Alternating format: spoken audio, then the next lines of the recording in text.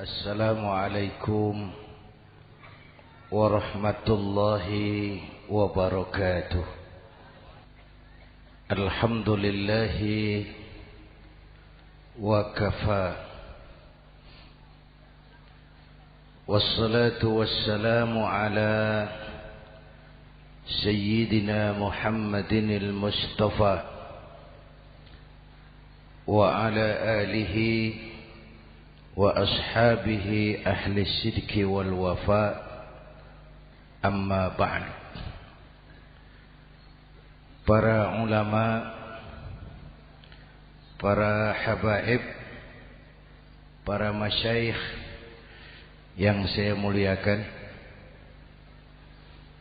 yang terhormat Bapak Kapolres dan Bapak Dandim, Sahibul Bait, segenap keluarga besar Pondok Pesantren Raudhatul Muta'allimin Al-Aziziyah, bapak-bapak, ibu-ibu, hadirin hadirat ma'asyiral muslimin yang saya cintai.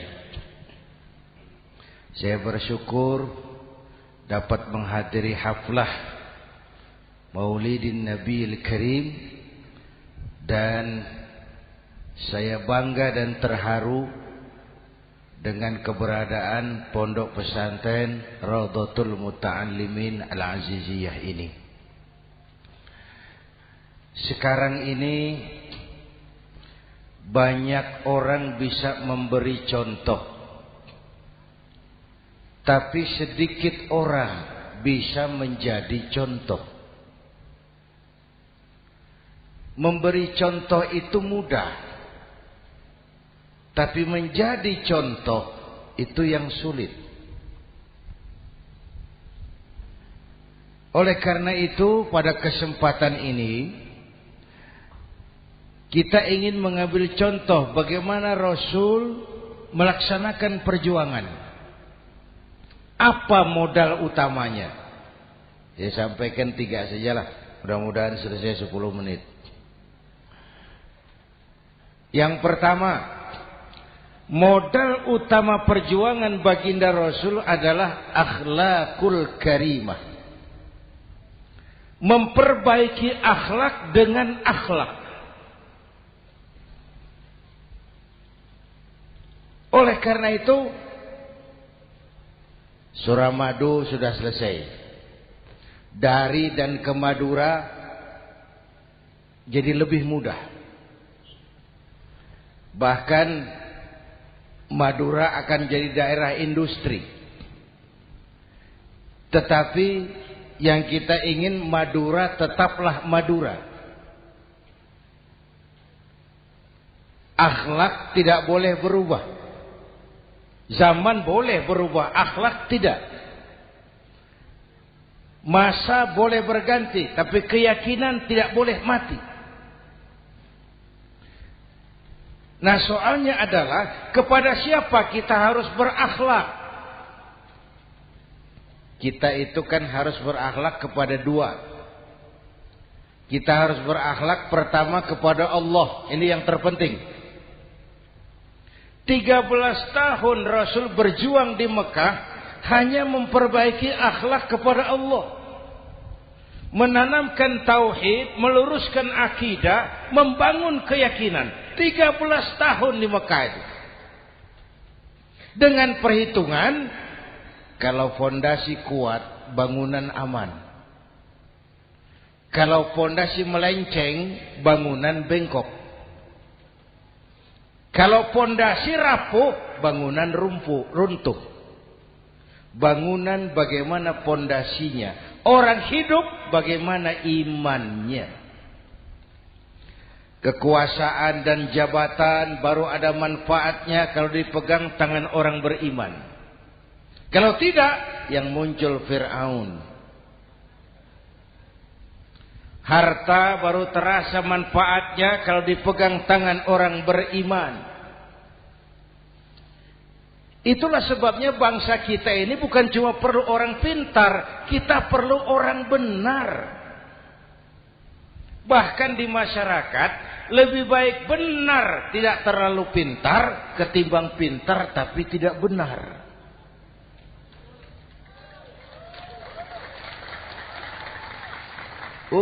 Kalau sudah pintar tidak benar, rusak rakyat itu Pak. Disuruh ngurus beras, malah nimbun beras. Ya, disuruh ngurus laut, jadi bajak laut. Disuruh ngurus hukum, bikin hukum seperti pisau, tajam ke bawah, tumpul ke atas. Kalau yang kecil salah, hukum cepat-cepat ditegakkan. Yang besar salah, diam pura-pura tidak mengerti. Itu yang melukai rasa keadilan.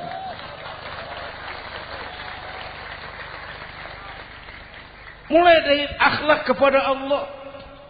Bagaimana cara berakhlak kepada Allah? Caranya dua.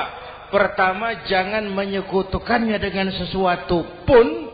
Yang kedua, jangan menyembah kecuali hanya kepadanya. Itu akhlak kepada Allah. Konsisten, disiplin. Saya bersaksi tiada Tuhan selain Allah, maka saya tidak akan menyembah kecuali hanya kepada Allah. Saya tidak akan takut kecuali hanya kepada Allah. Saya tidak akan minta tolong kecuali hanya kepada Allah. Saya tidak akan melarikan persoalan kecuali hanya kepada Allah. Saya bersaksi Nabi Muhammad utusan Allah, Nabi terakhir. Tidak ada Nabi sesudah Nabi Muhammad. Harga mati. Titik, disiplin. Ada yang mengaku jadi nabi, wajib tidak percaya. Disiplin. Sekarang ini kan bangsa kita disiplinnya lemah. Korupsi agak sulit diberantas. Karena pejabat kita takut atasan tapi nggak takut Tuhan.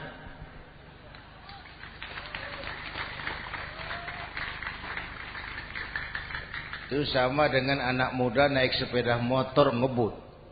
Lampu merah jalan terus. Di stop sama polisi. Break. Iya Pak. Minggir. Siap. SIM? Ada Pak. SNK? Ada Pak.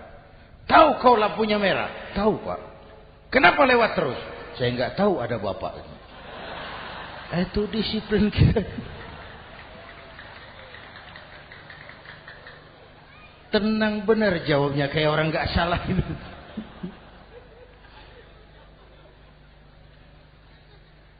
Iman. Apalagi belakangan ini, saya sering bilang gini Pak. Ini humor tapi agak tasawuf. Orang yang paling tenang hidupnya itu tukang parkir. Coba lihat tukang parkir. Walaupun mobil banyak, mereknya bagus-bagus, tidak pernah sombong. Tenang ini. Tenang. Nanti mobil pergi satu demi satu, habis sama sekali, dia tidak sedih. Tenang. Mobil banyak tidak sombong, mobil habis tidak sedih. Apa rahasianya? Ternyata, ini tasawufnya di sini. Tukang parkir tidak merasa memiliki, tapi merasa dititipi. Baik. Siapa saja yang merasa memiliki, bersiaplah kehilangan, dan itu menyakitkan. Tapi kalau merasa dititipi, jabatan, harta, anak, istri, semua titipan, hiduplah seperti tukang parkir. Pertama, titipan tidak boleh bikin kita sombong. Dititipi kok sombong, tidak pantas. Ya, Pak Zainuddin titip mobil ya, silakan. Yang punya mobil pergi, saya petatang, peteteng. Tidak pantas dititipi kok sombong. Ada orang dititipi jabatan oleh Allah, sombong. Dititipi, sombong. Ada enggak pejabat sombong? Ada. Namanya Fir'aun. Itu pejabat-pejabat sombong anak buah Fir'aun semua. Dititipi harta oleh Allah, jadi orang kaya sombong. Sama tetangga tidak mau kenal, orang lain kecil semua. Jalan tidak injak tanah. Kuntilanak. Yang kedua penting, titipan harus dijaga baik-baik. Kalau tidak, yang nitip marah. Yang nitip marah. Pak, titip sepeda motor. Silakan. Waktu diambil sepeda motor, kaca spion pecah, knalpot hilang, bemper hancur. Marah enggak yang nitip? Marah. Saya kan titip, kenapa enggak dijaga baik-baik? Dititipi harta oleh Allah jadi orang kaya supaya bangun pesantren, bela yatim, santuni yang lemah. Pelitnya 17 setan. Yang nitip marah. Dititipi jabatan oleh Allah isinya korupsi saja. Yang nitip marah. Nah, saya mau kasih lihat sekarang. Allah titip Indonesia. Allah titip Indonesia. Hai rakyat, ini Indonesia. Aku titip, kata Allah. Sebentar, ada meja mau naik. Silakan, Mas. Iklan. Ya, terima kasih. Jangan disangka kalau disediakan air teh pidatonya jadi lama. Dekorasi ini kok. Sampai mana tadi?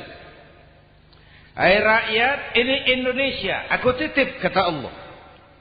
Ini negara besar dan kaya. Titipan ini ditebus dengan keringat, air mata, darah, dan nyawa. Ini bedanya. Malaysia memang merdeka, tapi diberi Inggris. Singapura merdeka, diberi Inggris. Indonesia merdeka, keringat, air mata, darah, dan nyawa. Ini negara aku titip, kata Allah. Ini negara besar dan kaya. Buminya subur. Di atas perut buminya segala tanaman hidup. Di bawah perut buminya ada gas, minyak, batu bara. Lautnya kaya, hutannya kaya. Kekayaan negeri ini harus digunakan bagi sebesar-besar kemakmuran rakyat. Itu amanat konstitusi. Disalahgunakan, dikorupsi, yang nitip marah. Yang nitip marah. Kalau dia marah, dia suruh makhluknya yang lain negur. Siapa? Merapi. Bromo. Anak Krakatau. Itu Merapi demo, Pak. Kalau kita rakyat demo, anak buahnya Pak Danres turun. Tapi kalau Merapi demo, siapa yang mau ngatasi? Mbak Marijan. Selesai. Sekarang Mbah Marijan sudah kumpul sama Mbah Surip. Di alam barzah dia sudah ketemu dia. Kata Mbah Surip, tenang Mbah Marijan, tak gendong. Aman sudah. Aman sudah. Saya mau bilang Merapi itu makhluk, Krakatau itu makhluk, Bromo itu makhluk. Tidak mungkin makhluk bergerak dengan sendirinya. Pastilah ada yang menggerakkan. Maka baik-baiklah sama yang bikin angin supaya bertiupnya sesuai keperluan. Baik-baik dengan yang bikin air supaya datangnya sesuai kebutuhan.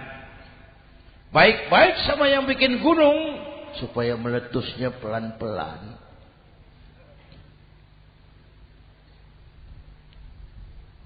Bapak Ibu hadirin yang saya hormati, menjaga titipan. Jangan menyembah kecuali hanya kepadanya. Jangan menyekutukannya dengan sesuatu pun. Ayo, saya ngobrol kita. Bapak Ibu hadirin yang hadir di sini ini, kita ini semua hamba Allah apa bukan? Hamba Allah. Kata siapa? Kata kita. Kalau kata kita namanya ngaku. Ngaku itu boleh dan murah. Apa diakui? Kita belum tahu. Ya, kan baru kata kita itu. Dan tidak otomatis kalau kita bilang, saya ini hambamu ya Allah. Lalu Allah jawab, iya ya. Tidak. Tidak. Wong itu kan kata kita. Saya hamba Allah, kata saya. Berapa banyak orang perbuatannya, ucapannya berkata, saya hamba Allah. Perbuatannya menyatakan dia hamba setan, hamba nafsu, hamba dunia, budak jabatan. Tidak sesuai ucapan dengan perbuatan. Jadi hamba Allah itu enggak mudah, digojlok, diuji. Coba lihat. Yang jelas diakui sebagai hamba itu baru satu. Yang kita peringati ini, baginda Nabi. Allah mengakui. Kapan? Waktu menceritakan Isra dan Mi'raj. Apa yang dipakai kalimat? Subhanallazi asra bi'abdi. Maha suci Allah yang telah menjalankan hambanya. Hambanya. Muhammad itu hambaku. Aku jalankan dia. Allah mengakui. Kapan kalimat ini turun? Setelah Nabi digojlok, ditempa, digembleng, diuji, difitnah, dicaci maki, dilontari kotoran unta, sahabat-sahabatnya dibantai. Lolos, Muhammad betul-betul hambaku. Ayo Isra Muhammad. Subhanallazi asra bi'abdi. Hambaku. Jadi kalau mau jadi hamba Allah ya diuji, digojlok, digembleng.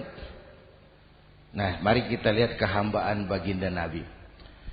Orang yang paling bersih hatinya Rasulullah. Orang yang paling baik akhlaknya Rasulullah. Orang yang dosanya sudah mendapat jaminan ampun Rasulullah. Tapi Rasulullah kalau sholat malam bengkak kakinya karena rajin sujud. Hati bersih, akhlak terbaik, dosa sudah diampuni. Tapi kalau sholat malam kakinya bengkak karena rajin sujud.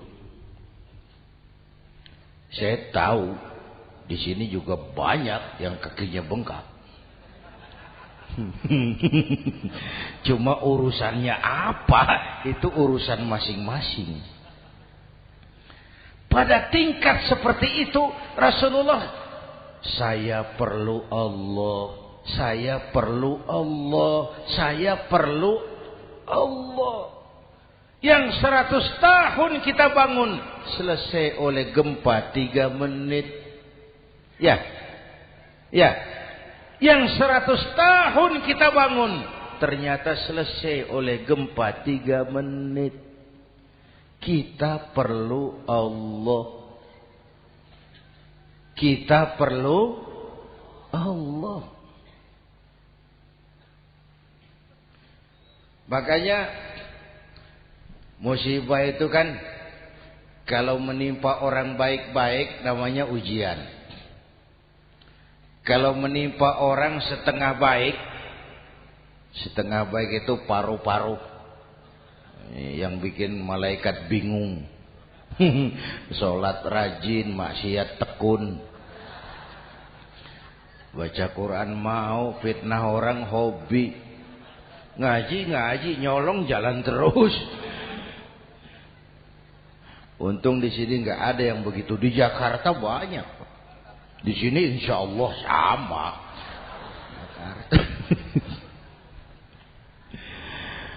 Orang separuh-separuh seperti itu kalau dapat musibah itu namanya teguran, bukan ujian. Kenapa ditegur? Lalai. Ya, kalau orang jahat dapat musibah itu namanya persekot. Uang muka tanda jadi. Kontannya nanti di akhirat.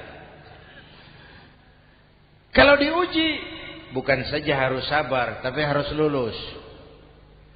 Kalau ditegur, introspeksi, perbaiki yang kurang, kurangi yang memang berlebihan. Bertali-tali, bersambung-sambung musibah ini. Dan musibah kalau datang tidak pernah memilih. Tidak pernah memilih.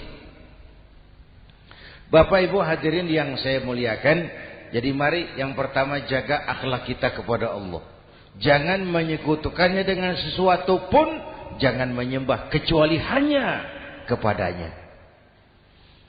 Sekarang kan musim entertain, orang pandai membangun pencitraan. Orang pinter bikin bungkusan.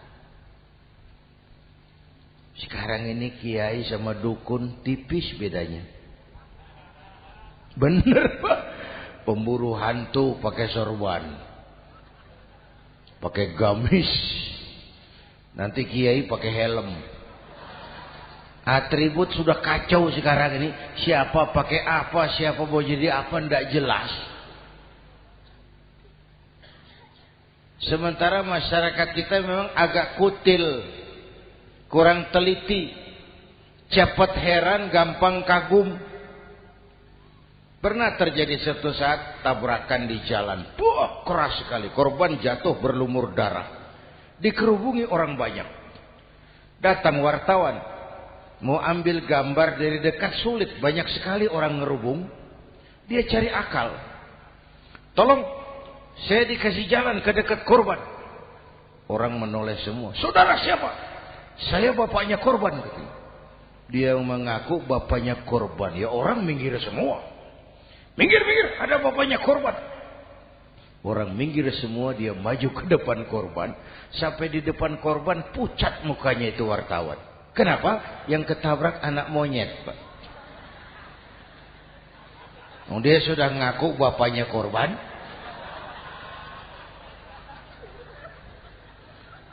Ini cerita pendek, tapi pesannya dalam. Kalau belum kenal benar, jangan cepat-cepat ngakui. Ya, rakyat harus cerdas sekarang ini. Emas pasti kuning. Benar itu? Apa semua yang kuning pasti emas? Udah cerdas lah itu. Udah cerdas lah itu. Hati-hati, ini zaman pencitraan. Orang pandai bikin bungkusan. Oleh karena itu kita juga harus punya filter. Supaya tidak hanyut oleh kedangkalan-kedangkalan pencitraan itu. Satu itu. Akhlak kepada Allah. Yang kedua, kepada siapa kita berakhlak? Kepada sesama manusia. Kepada sesama manusia itu siapa? Pertama, sesama muslim. Malam ini saya hadir di sini, saya tidak merasa tamu. Saya hanya keluarga di tengah keluarganya. Bahwa saya lahir di Jakarta itu sih kebetulan. Saya enggak pesan. Yang kita tidak pesan, jangan diributkan. Oh, kita enggak pesan. Warna kulit seperti ini kita enggak pesan. Dari suku apa lahir kita enggak pesan. Potongan seperti ini kita enggak pesan. Islam membebaskan manusia dari ras diskriminasi. Pada waktu yang bersamaan Islam mengangkat harkat, derajat, martabat kaum wanita. Ini kasihan dari tadi enggak diajak ngomong nih. Pada waktu yang bersamaan Islam mengangkat harkat, derajat, martabat kaum wanita. Tuh, ibu-ibu mestinya lebih terima kasih sama Rasulullah. Sebelum Rasulullah datang, nasib perempuan menyedihkan, dilecehkan, harganya murah. Sebelum Rasulullah datang, murah. Sebelum Rasulullah datang, murah. Coba lihat wanita sebelum Islam, sedih, dilahirkan hanya untuk melahirkan. Alat pemuas nafsu. Kalaupun berperan, peranannya cuma segitiga. Dapur, sumur, kasur. Kasur, sumur, dapur. Putar-putar di situ saja. Tidak usah di Arab, dunia. Di Jawa, raja-raja Jawa sebelum kenal Islam, seenaknya ngumpuli perempuan kan. Selirnya yang 30, 50. Sultan-sultan di Turki piara harem ratusan orang perempuan. Kaisar terakhir dinasti Ming Cina bangun istana 1000 kamar, istrinya 1000. Innalillahi wa inna. Itu saya coba pikir, raja kalau istrinya 1000, kapan pakai kolor itu raja?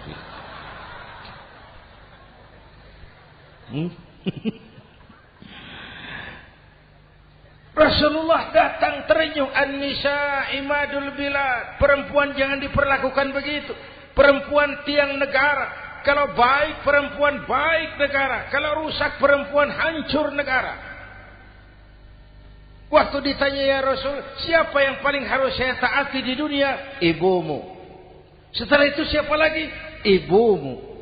Setelah itu siapa lagi? Ibumu. Setelah itu siapa lagi? Bapakmu. Menghargai perempuan. Ibumu, ibumu, ibumu. Bapakmu. Ibu 3 kali disebut. Bapak. Bapak 1 kali. Ibu 3 kali. Bapak 1 kali. Ibu 3. Bapak 1. 1 bapak. Gimana sih ngitungnya jadi kerok begini? Salah ngitungnya, salah.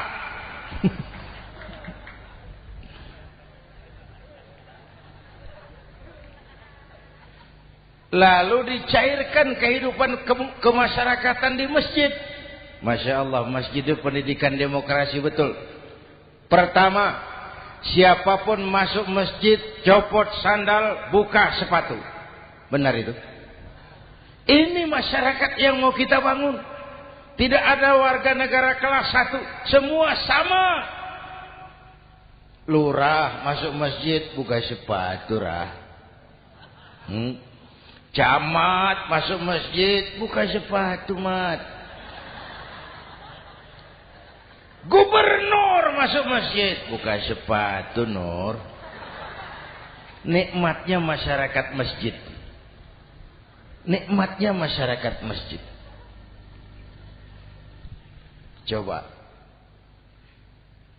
Binatang saja harganya tidak sama toh. Sapi yang mahal, yang gemuk. Betul. Karena harga sapi pada dagingnya. Makin gemuk sapi, makin mahal harganya. Tapi ada burung perkutut lebih mahal dari sapi. Padahal dagingnya sedikit betul. Kenapa harganya lebih mahal dari sapi? Harga perkutut suaranya. Di mana harga manusia yang paling gemuk? Silahkan bersaing dengan sapi. Maaf.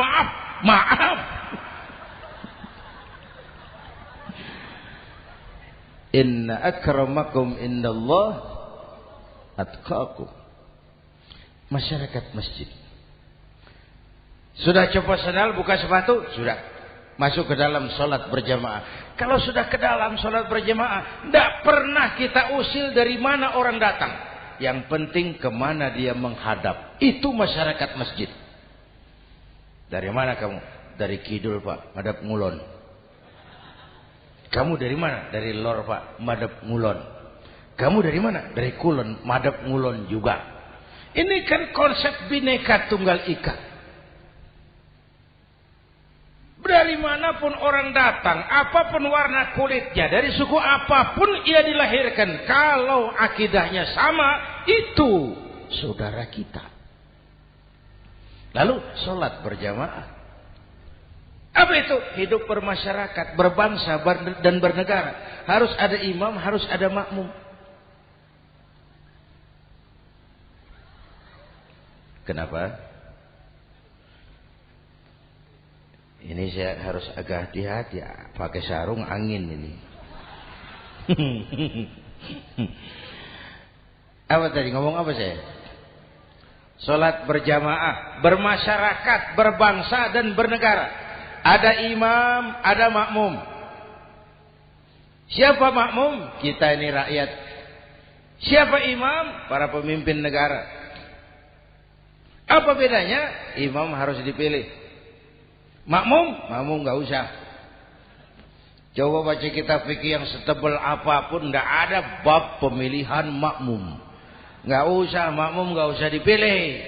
Orang buta boleh jadi makmum, orang bisu boleh jadi makmum, tukang mabuk boleh jadi makmum. Tapi tidak tiap orang boleh jadi imam. Imam harus dipilih. Siapa yang jadi imam? Pertama, a'lamuhum. Orang yang paling alim di kampungmu angkat jadi imam. Yang paling alim, bukan yang paling tua. Yang paling alim, tahu urusan, punya konsep, punya visi dan misi, mengerti negara ini mesti dibawa kemana, jalan keluarnya apa, angkat jadi imam. Pak, ada dua orang, Pak, alimnya sama, yang mana yang dipilih? Kalau ada dua orang alimnya sama, kata Nabi, afsahuhum, yang lebih fasih lidahnya. Apa artinya fasih? Nyambung sama rakyat, tahu apa yang dimaui rakyat, nyambung. Tidak sah orang fasih bermakmum kepada imam cedal.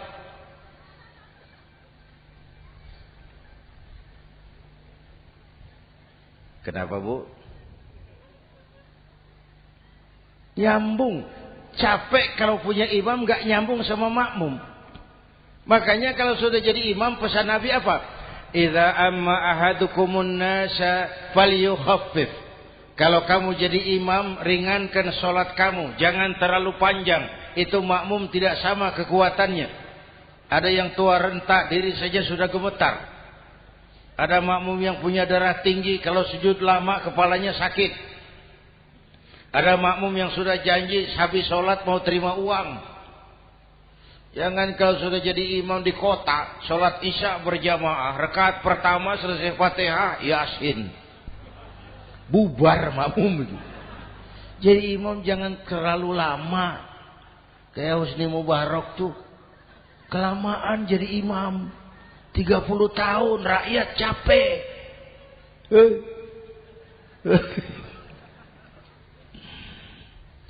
Bapak Ibu hadirin yang saya hormati. Nah, masyarakat Islam ini loyal, taat, setia. Kapan? Kalau imamnya benar. Imam takbir, makmum takbir. Imam ruku', makmum ruku'. Imam i'tidal, makmum i'tidal. Imam sujud, makmum sujud. Tapi masyarakat Islam tidak buta. Imam keliru, makmum wajib menegur. Ya. Bagaimana negurnya? Mestinya ruku, imam sujud. Wah, keliru ini. Subhanallah. Kan gitu. Itu aturan main. Tidak boleh imam keliru, makmum emosi. Main pegang, mam, hoi, salah, hoi. Kacau sholat.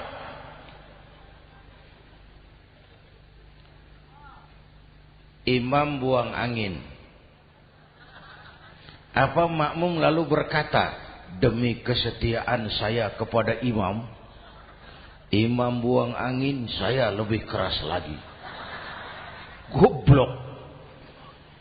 Iyyaka na'budu wa iyyaka nasta'in. Sampai situ imam buang angin, minggir. Tidak usah ribut. Yang di belakang satu orang maju ke depan, lanjutkan pekerjaan imam. Yang penting imam tahu diri, buang angin, minggir. Ini negara rusak karena imam sudah buang angin, tenang aja. Kayak orang nggak salah itu loh.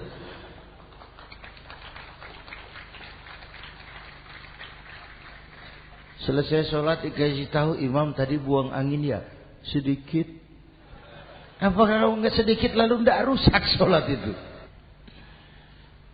Nah, dalam berjaga akhlak kepada sesama, ayo kita jaga kesatuan, persatuan, kerukunan, kekompakan. Ini pesantren Raudhatul Muta'allimin Al-Aziziyah. Ini aset kita.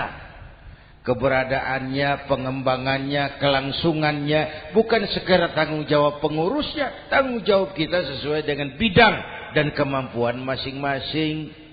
Yang punya jabatan bantu dengan wewenangnya, yang punya harta bantu dengan uangnya, yang punya tenaga bantu dengan tenaganya, yang bisa doa bantu dengan doanya, yang tidak bisa apa-apa bantu dengan diam. Diam saja lumayan loh itu membantu. Bapak Ibu hadirin yang saya hormati, saya ingat almarhum Panglima Besar Sudirman pernah bilang, kamu itu kalau mau menang harus kuat. Kalau mau kuat harus bersatu. Kalau mau bersatu, hidupkan semangat silaturahmi. Mau menang harus kuat. Mau kuat harus bersatu. Mau bersatu, hidupkan silaturahmi. Bapak Ibu hadirin, rukun antar umat seagama. Beda pendapat boleh, marah jangan. Kalau di Jakarta kan sekarang lagi musim apa itu Wahabi yang bid'ah, sedikit bid'ah itu. Saya sih bilang yang suka tahlil bagus, terusin. Yang nggak suka tahlil nggak apa-apa, tapi jangan mencaci maki yang suka tahlil. Yang mabuk masih banyak kok yang tahlil dicaci maki. Kita ini seperti orang kurang kerjaan. Waktu guru saya Hadratul Mukarram Ki Haji Dr. Idham Khalid wafat, saya ajak orang baca Fatihah. Selesai, saya lagi duduk di belakang, seorang pengusaha nemui saya, Kiai, kenapa? Saya coba ingin kepastian. Apa? Orang yang sudah mati dibacakan Fatihah itu, apa pahalanya sampai? Saya bilang gini, Mas, kamu kalau nggak percaya mati aja dulu. Saya bacain Fatihah, tunggu di sono. Kalau nggak nyampe balik lagi nggak apa-apa.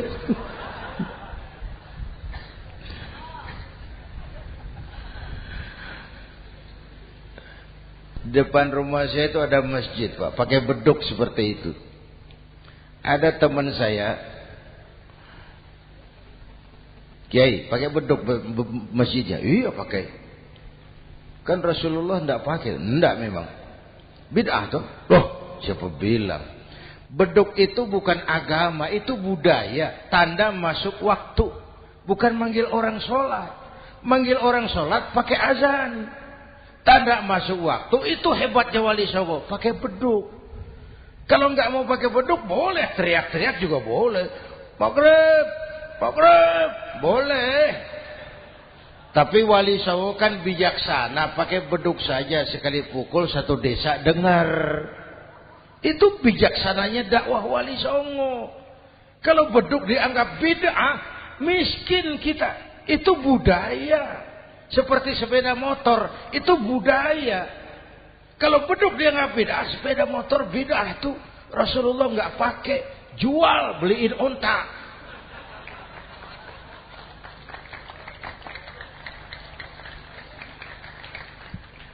Ayo cari persamaan, jangan memperbesar perbedaan. Hormati pendapat orang, kalau pendapat kita juga ingin dihormati. Kasus Ahmadiyah meledak lagi di Cikesik, Banten. Lalu pendekar-pendekar HAM menganggap itu tirani, mengganggu kebebasan beragama. Dia lupa bahwa Ahmadiyah masalahnya bukan kebebasan beragama, tapi penodaan terhadap agama. Kalau kebebasan beragama sih umat Islam welcome. Orang mau Hindu, mau Buddha, mau Kristen bebas memilih agamanya masing-masing. Tapi ini kan Ahmadiyah lain, ngakunya Islam tapi ada nabi lagi sesudah Nabi Muhammad, namanya Mirza Ghulam Ahmad, asal dari India. Saudara hadirin yang saya hormati, ini yang prinsip penodaan terhadap agama. Kalau nggak ngaku Islam nggak masalah. Supaya mau aman caranya cuma dua, Ahmadiyah jadi agama sendiri, Karena Malaysia sudah melarang, Brunei sudah, Rabitoh Alam Islami menyatakan aliran sesat, Saudi Arabia melarang pengikut Ahmadiyah pergi bikin haji. Sudah dianggap non-muslim. Cuma memang pemerintah kita nggak tegas. Kalau dari dulu dinyatakan dilarang, nggak akan ada lagi kasus-kasus seperti itu.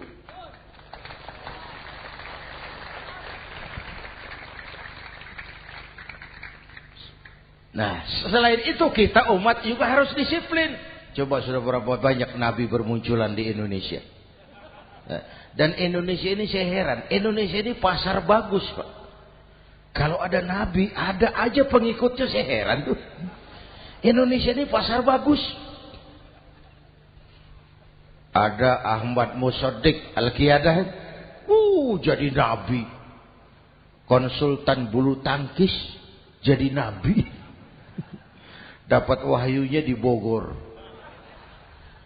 Ditangkap polisi 4 tahun. Muncul lagi di Bandung, namanya Sayuti, tukang cukur.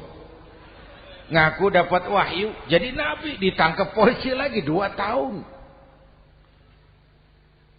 Di Malang, Ustadz Roy.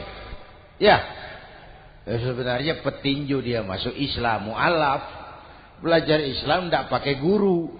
Diutak-atik ayat Quran. Solat kita harus mengerti artinya. Maka solat boleh pakai bahasa masing-masing. Ramai masjid. 2 tahun penjara. Di Jakarta muncul lagi Lia Edan. Ngaku Jibril. Ditangkap juga oleh polisi. Kita salut sama polisi kita lah. Bukan cuma teroris. Jibril ditangkap. Pak Kapolres. Saya bilang sama teman-teman polisi, untung dia ngaku Jibril, Pak. Coba kalau dia ngaku Israel, lebih gawat itu.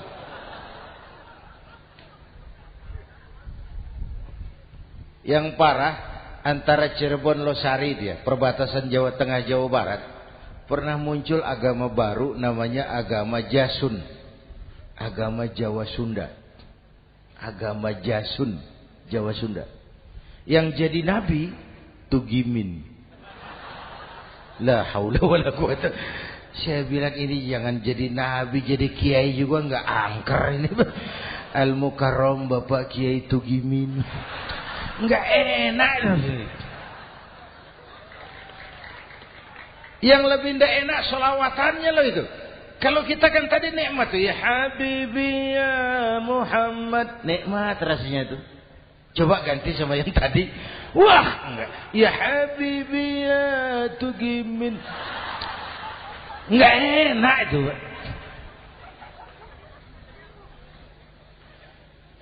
Jadi umat Islam itu sangat menghormati orang lain agama. Soal agama orang lain, lakum dinukum. Awas, hati-hati kalimatnya. Kita menghormati orang lain agama. Soal agama orang lain, lakum dinukum.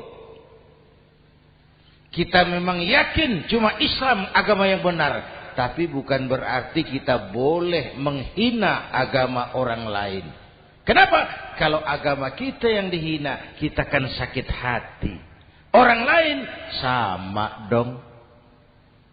Itu sebabnya Allah berpesan, jangan kau caci maki Tuhan mereka, karena mereka akan balas mencaci maki Tuhanmu. Dan itu artinya mencaci maki aku, kata Allah. Jelas ini? Jelas? Justru karena umat Islam mayoritas di Indonesia, maka kerukunan antar umat beragama terjaga dengan baik. Kalau umat Islam mau main kasar, mau main kayu, mau main keras, umat Islam ini 85%. Yang lain pasti selesai. Saya jamin selesai. Tapi kan tidak.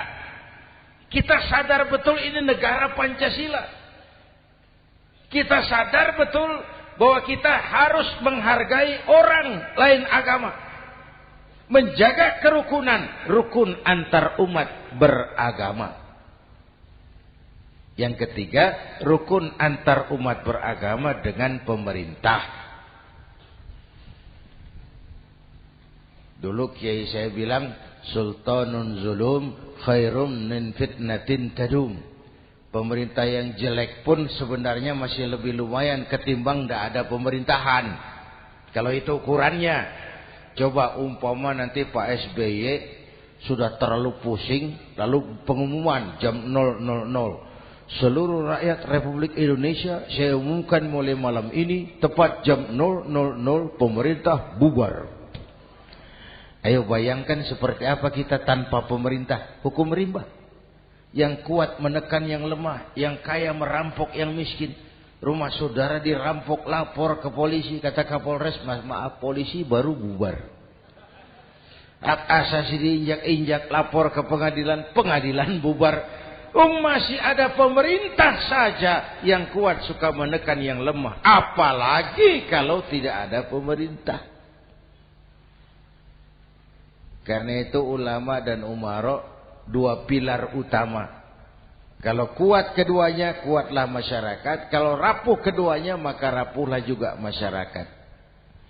Bapak Ibu hadirin yang saya hormati, ini yang kedua. Kita harus berakhlak kepada sesama. Yang ketiga, kepada siapa kita harus berakhlak? Kenapa? Iya, saya cuma lihat jam. Yang ketiga, kepada siapa kita harus berakhlak? Kita ini harus berakhlak kepada makhluk Allah yang lain di luar manusia. Kepada air, kita harus berakhlak loh Pak. Saya dulu remaja ngaji fikih. Kiai ngajar, makruh buang air kecil di tanah yang berlubang. Saya protes. Kenapa makruh Kiai? Pertama, untuk kesehatan. Siapa tahu di lubang yang kau kencingi ada gas beracun. Kalau tidak Kiai, kalau tidak maka artinya kau harus melindungi binatang yang ada di dalam lubang. Siapa tahu di lubang yang kamu kencingi ada semut sedang rapat. Membahas masalah Mesir. Apa dosanya lalu mati dikencingi? Ini namanya rahmatan li semut. Bapak Ibu hadirin yang saya hormati, ada hadis sederhana. Fa iza zabahtum fa ahsinu zibhata. Kalau kamu menyembelih hewan, sembelihlah dengan cara yang terbaik. Jangan nyembelih ayam pakai pisau tumpul. Itu namanya tidak berperi kebinatangan. Kepada ayam kita berakhlak, kepada pohon kita berakhlak, kepada air kita berakhlak. Kenapa sekarang alam tidak seramah dulu? Karena kita juga tidak ramah kepada alam. Kenapa sering terjadi banjir? Karena tempat air kita kurangi. Dia bingung mau ke mana. Air nggak punya tempat. Akhirnya masuk ke rumah kita juga. Masuk dalam zoharul fasadu bil barri wal bahri bima kasabat aydin nas. Karena kita tidak berakhlak kepada lingkungan.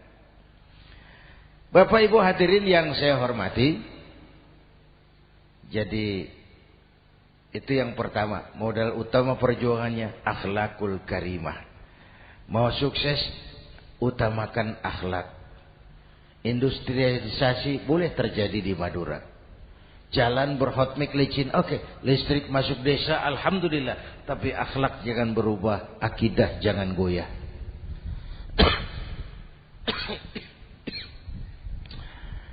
Teknologi tidak bahaya. Yang bahaya orang yang menggunakannya. Wayang itu yang namanya cepot. Itu bisa selawat badar kalau yang megang Anom Suroto. Cepot bisa selawat badar kalau yang megang Anom Suroto. Wayang bagaimana dalangnya, teknologi bagaimana orang yang menggunakannya. Satu. Yang kedua, yang kita contoh dari baginda Rasul, beliau itu sejak kecil tidak dimanjakan Pak. Lahir ke dunia tidak sempat melihat wajah bapak. Umur 6 tahun ditinggal ibu. Umur 9 tahun ngembala kambing. berniaga ke Syam. Syam itu Syria sekarang. Umur 9 tahun bisnis lintas negara dari Saudi ke Syria. Remaja tidak dimanjakan, kerja keras, peras keringat, banting tulang. Tidak ada pekerjaan halal yang hina. Lahir pribadi yang tegar, mental yang tahan banting, manusia yang tidak cengeng karena sejak kecil ditempa oleh kesulitan. Jadi gini, orang itu kalau biasa susah, ketemu susah, ndak kaget, Pak. Mentalnya kuat. Saya santri, biasa makan kangkung, datang ke rumah teman dikasih kangkung, loh makanan saya ini. Dikasih daging ayam, nambah. Orang tuh kalau biasa susah enak. Saya santri biasa tidur di masjid, disuruh nginep di hotel, pules, Pak. Tapi yang biasa tidur di hotel suruh nginep di masjid, encok. Hidup ini perjuangan. Mau sukses harus berani susah. Jangan seperti dulu di cerita santri. Ada santri beternak lebah, ambil madunya itu. Satu hari dia mau periksa sarang lebah, naik ke pohon pakai tangga, pakai sarung biasanya santri. Dia lupa ada pakai celana dalam. Naik pohon periksa, entah bagaimana terpegang sarang lebah itu. Berhamburan lebahnya keluar. Salah satu masuk ke sarungnya. Tergigitlah Al-Mukarramnya itu. Dia menjerit, aduh, jatuh berguling ke bawah. Sudah lama jatuh, dia buka sarungnya, dia lihat bengkak. Karena bengkak kan jadi besar, senang juga dia. Dia berdoa, ya Allah, hilangkan sakitnya, biarlah bengkaknya.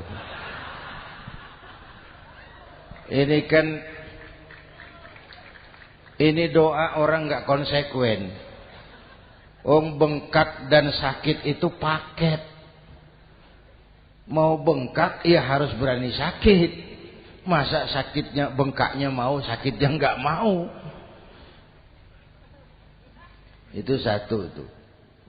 Yang kedua, kita ini sering kalau punya cita-cita sering seperti rapat tikus. Satu hari sekelompok tikus rapat paripurna tikus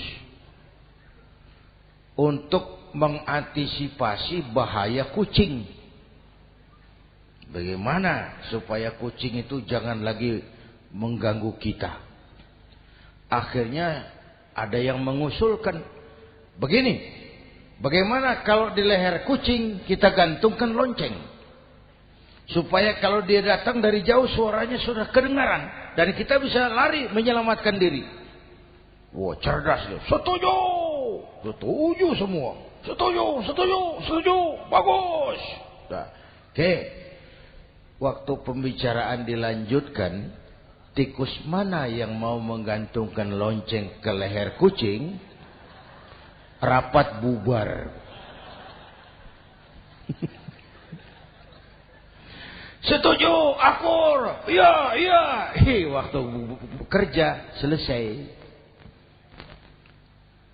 Bapak Ibu hadirin yang saya hormati, terutama anak-anak saya, para santri, remaja, pemuda. Hidup ini persaingan.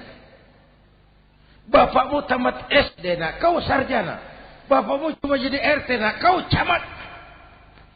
Bapakmu tukang tabal ban, kau harus punya pabrik ban. Anak saya pertama dulu, saya titip mondok di Tebu Ireng. Tahun pertama pulang saya kontrol. Sini kau, apa hasilmu setahun di pesantren?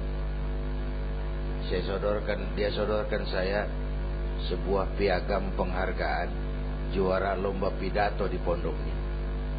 Saya heran, ini anak di rumah jarang ngomong, kok bisa jadi juara pidato? Saya tanya, kamu bisa pidato, apa yang dipidatoin? Dia bilang, kan kaset ayah dihafalin gitu. Ya saya ketawa juga, waktu itu dia masih anak-anak. Baiklah. Tapi apa cita-citamu? Saya kepengen seperti ayah. Wah, kau ini salah. Kalau aku ayahmu di matamu menurutmu hebat, mestinya kau 10, 100, 1000 kali lebih hebat dari orang-orang yang kau anggap hebat. Karena tantanganmu akan lebih berat dari tantangan yang aku hadapi sekarang. Kalau kau sama dengan aku, kau ditinggalkan zaman karena kau tidak mampu menjawab tantangan zamanmu. Bapak Ibu hadirin yang saya hormati, persaingan tajam, tantangan makin berat. Oleh karena itu diperlukan semangat yang dicontohkan Nabi. Kerja keras, peras keringat, banting tulang, tidak ada pekerjaan halal yang hina. Sejak kecil ditempa oleh kesulitan. Asal jangan seperti saya tadi ngobrol sama teman-teman. Sekarang ini di negara kita banyak politisi miskin negarawan. Pejabat-pejabat kadang-kadang kalau ngelihat rakyat tuh komentarnya nggak berpihak kepada rakyat.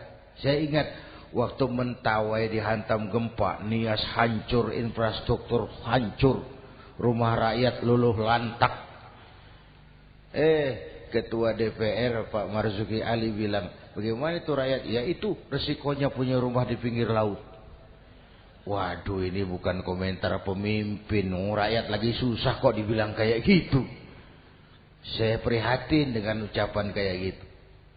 Waktu cabai 100.000, di sini berapa sekarang? Sama ya. Waktu cabai mahal, ada pejabat bilang, rakyat suruh nanam cabai aja di halaman rumahnya. Ini kan nggak solutif dan nggak cerdas.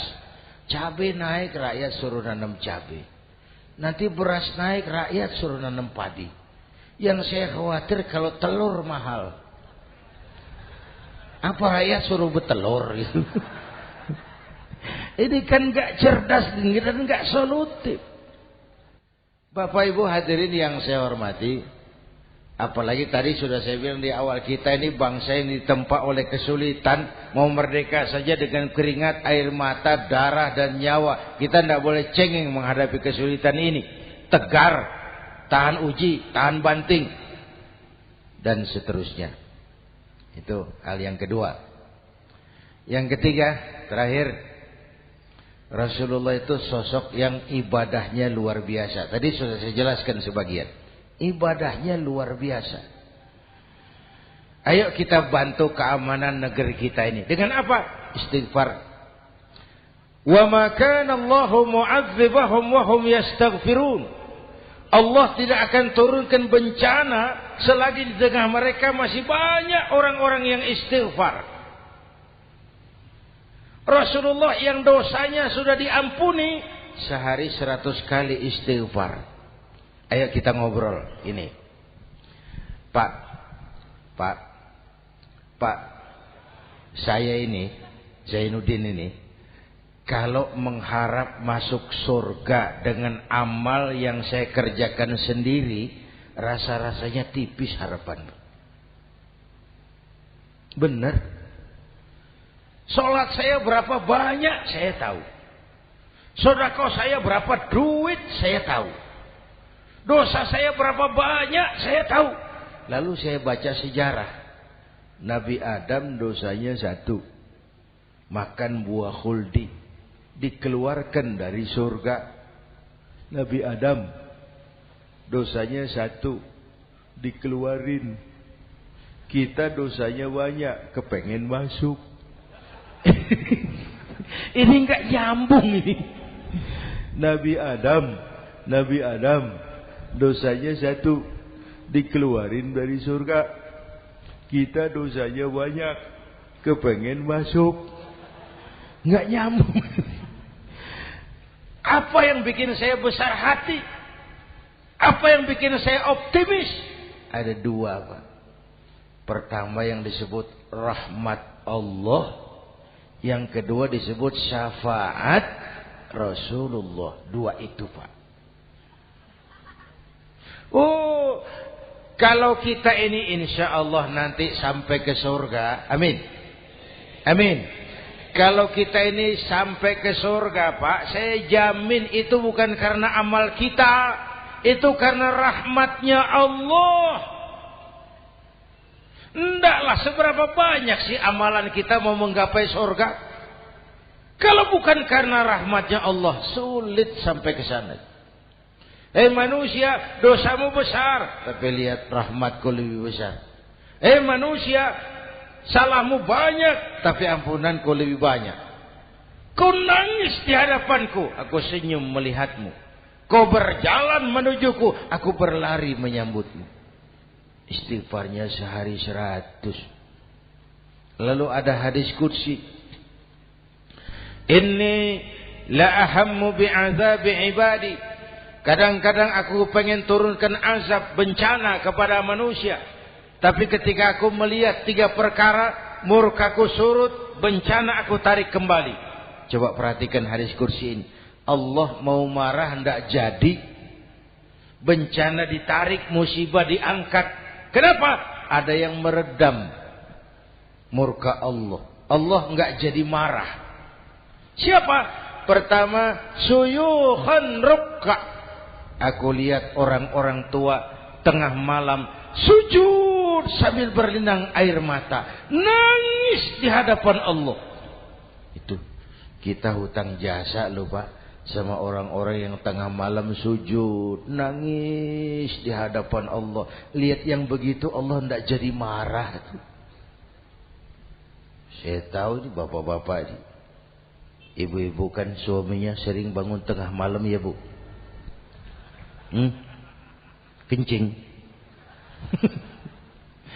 Bikin bingung malaikat. Sudah mau ditulis tahajud, kencing doang. Kata malaikat, sialan, hampir salah tulis. Aku lihat orang tua tengah malam sujud sambil berlinang air mata. Lalu aku lihat bayi-bayi tanpa dosa masih menyusu, sibyanan rudda. Bayi-bayi tanpa dosa masih menyusu, suci, bersih, belum ternoda. Wabahaiman rutta. Dan aku lihat binatang ternak melata mencari makan. Kambing mudah cari rumput. Alam terjaga keasriannya. Bagaimana bencana enggak mau nambah? Kita mengamalkan hadisnya juga terbalik. Yang diminta itu orang tua tengah malam sujud. Bayi tanpa dosa nyusu. Sekarang bayi tanpa dosa dibuang ke tempat sampah gara-gara orang tua tengah malam nyusu. Terbalik namanya. Yang diminta itu orang tua tengah malam sujud, bayi tanpa dosa nyusu. Ini bayi tanpa dosa dibuang ke tempat sampah gara-gara orang tua tengah malam.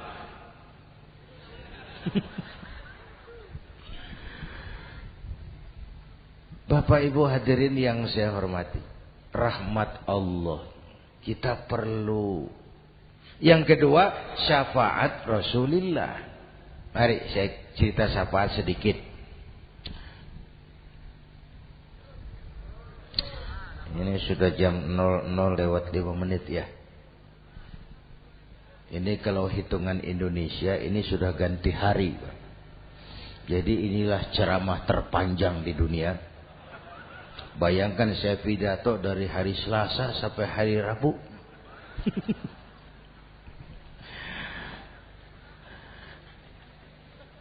Syafaat. Agak saya singkat ceritanya. Nanti itu Pak, setelah alam ini hancur sehancur-hancurnya, bumi gempa, gunung meletus, air laut tumpah ke darat, halilintar menyambar, planet-planet bertabrakan, semua yang hidup mati bareng tanpa persiapan, termasuk malaikat. Malaikat mati. Yang tinggal cuma Allah sendirian. Sang lain hancur semua. Tinggal Allah sendirian.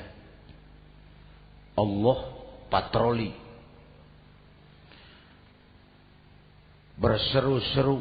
Limanil mulkul yaum. Ohoi, siapa penguasa hari ini? Mana Fir'aun yang ngaku Tuhan? Nongol kalau memang Tuhan. Mana Abrahat? Mana Namrus?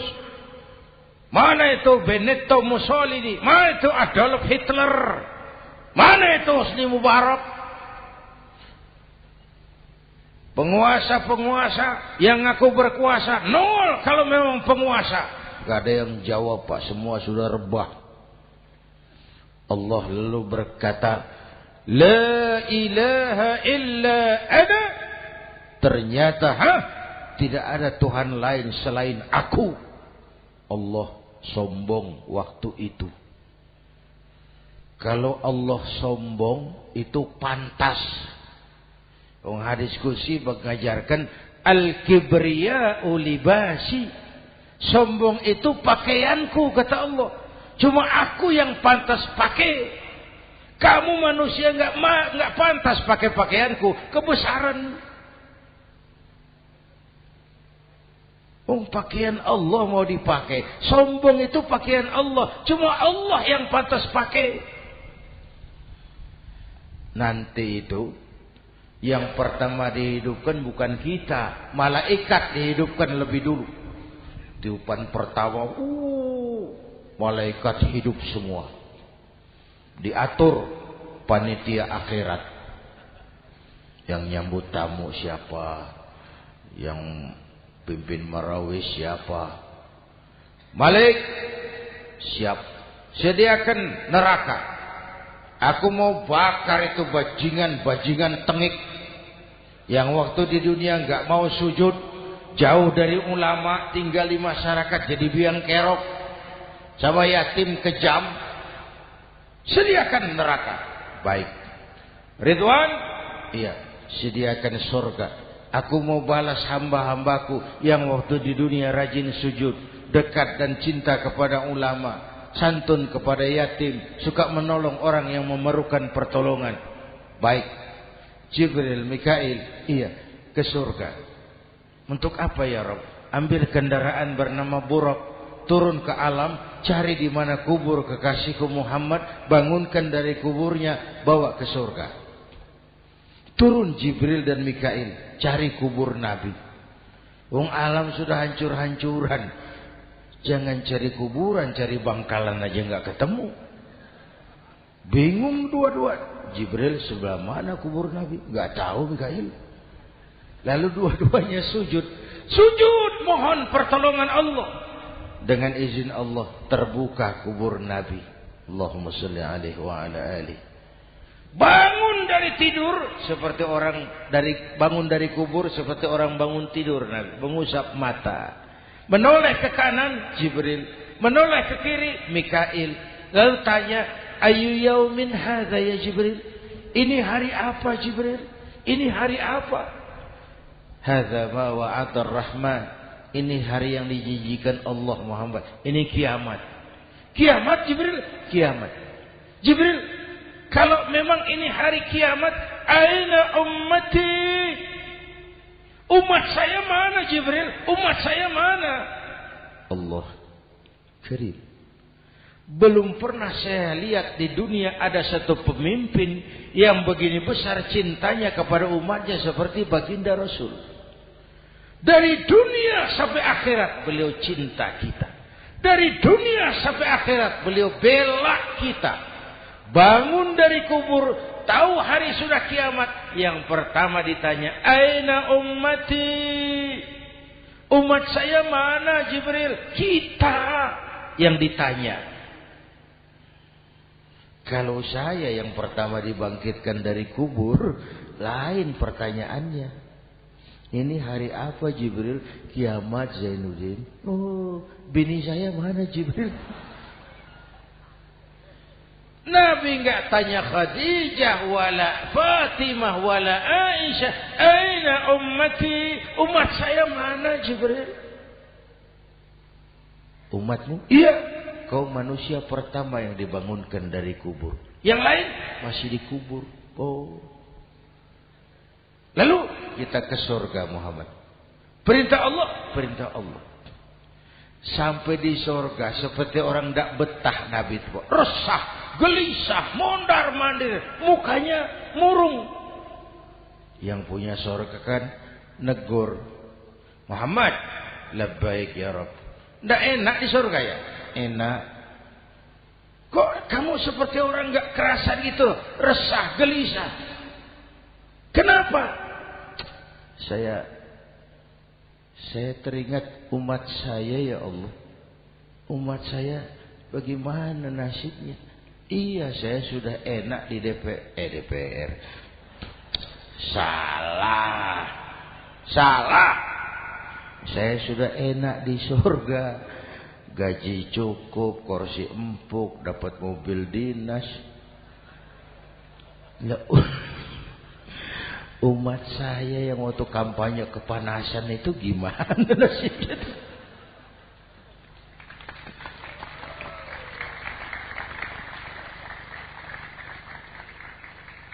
Makanya dulu di Senayan, di depan kantor DPR tuh banyak tukang kaca jualan di situ. Saya bilang ini tukang kaca pintar dagangnya di situ. Pas, maksudnya supaya yang mau berkantor di situ ngaca dulu. Ya, wakil lurah pasti tidak lebih tinggi dari lurahnya. Wakil camat tidak lebih tinggi dari camatnya. Ini kenapa wakil rakyat kok selalu lebih tinggi dari rakyatnya?